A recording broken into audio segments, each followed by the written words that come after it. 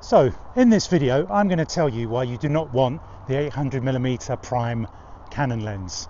And I know what you're saying, police, arrest that man.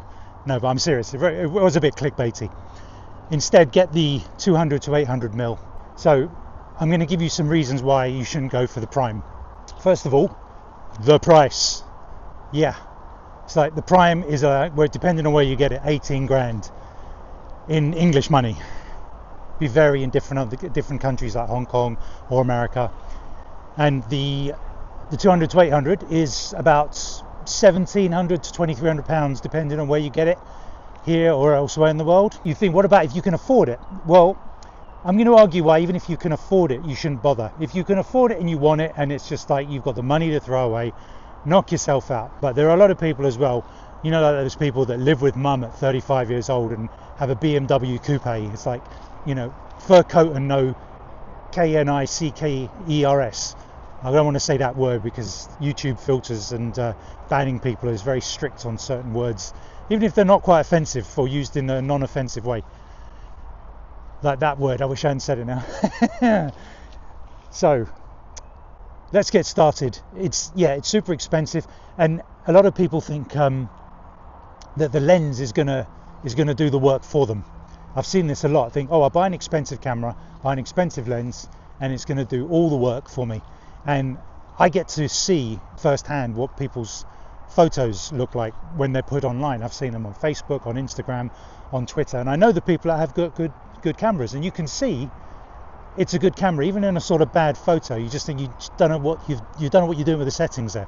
So yeah, I mean, I've always said, like, I've used the sort of bare minimum of good equipment to get what I need, and the idea is that one day if I can afford it, I'll move up. But for now, I want my skills. I want to be able to use what skills I have to get me the good images with the equipment I have. A lot of people, again, like I say, just take the most expensive stuff and assume it's going to do it.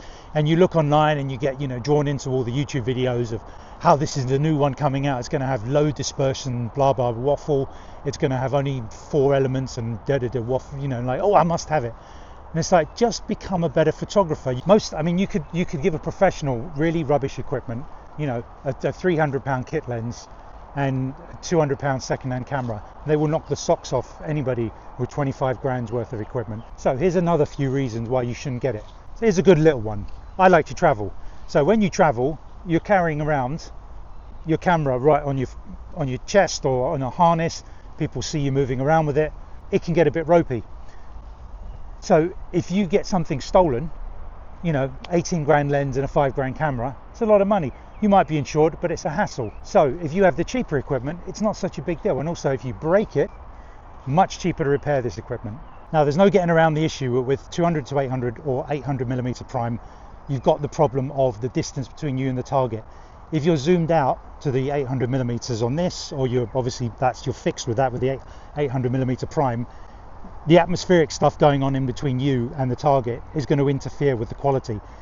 Whatever the situation, if something's closer to you, there's going to be less going on between you and the subject. The quality is going to be better. But when you're at 800mm, you've got heat haze, you've got smoke, you've got dust particles, other atmospheric interference. Who knows what could mess with the air in between? Bluetooth, Wi-Fi, phone signals.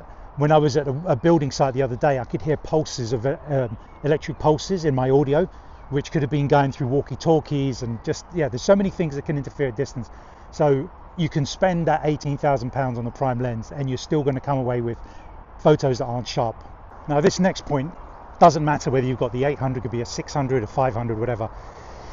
If you mistakenly keep your camera zoomed out, your zoom lens out, if a bird flies by or it's on a tree and you've only got a few seconds to catch it, how many times have you put your lens up and you put your camera, I can't see it, I'm looking straight at it, why can't I?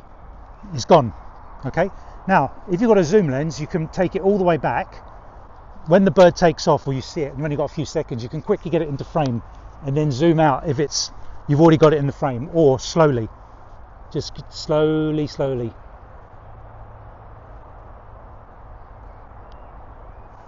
Much more success rate with that. Now you could have an 800mm prime, £18,000 lens and miss 95% of your shots because of that. Or you know, you have the zoom lens, you get 95% of your shots and they're like 95 to 90% of the sharpness. I'd settle for that one any day of the week. Okay, let's talk about the weight. The 200 to 800 millimeter is just over 2 kilos in weight, and the 800 millimeter prime is just over 3 kilos in weight. Now that's a lot of extra weight for a lot of people. Imagine standing there holding it up, waiting for something to take off, film being blown around in the wind. You're gonna get tired very, very quickly. And I've spoken to people who've literally given up photography because they can't carry around this equipment. Now, if like me, you like to travel for 1, 2, 3 days abroad to the continent, wherever, this is the Cabin Max bag. This is 40 centimeters by 25 centimeters by 20 centimeters. And it's the maximum size you can take on to Ryanair for free. Now, the 200 to 800 millimeter lens is 314 millimeters, so it's getting in there fine. The 800 millimeter prime is 432 millimeters. It's not going to fit in there, so it's the perfect travel bag, and the lens is the perfect travel lens. All right, so we've got one upside and one downside to having the prime. With the 200 to 800 millimeters, I can stand just 0.8 meters away from the target. So that's, keep going. You can still focus.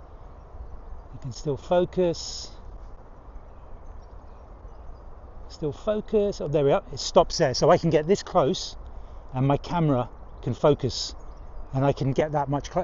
Reducing the distance means a better quality photo. So according to the website, the minimum focusing distance of this lens, the 200 to 800 millimeters on the 800 millimeter end, is 3.3 meters, which is here. On the 800 millimeter prime, it's here, 70 centimeters closer.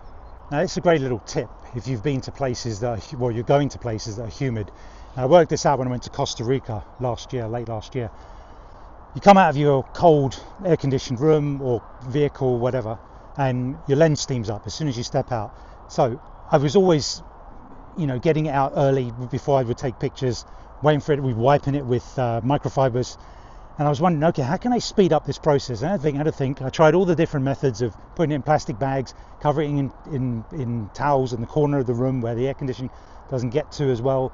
But then I thought, okay, well, look, we need to heat it up somehow, get the air conditioned moisture out.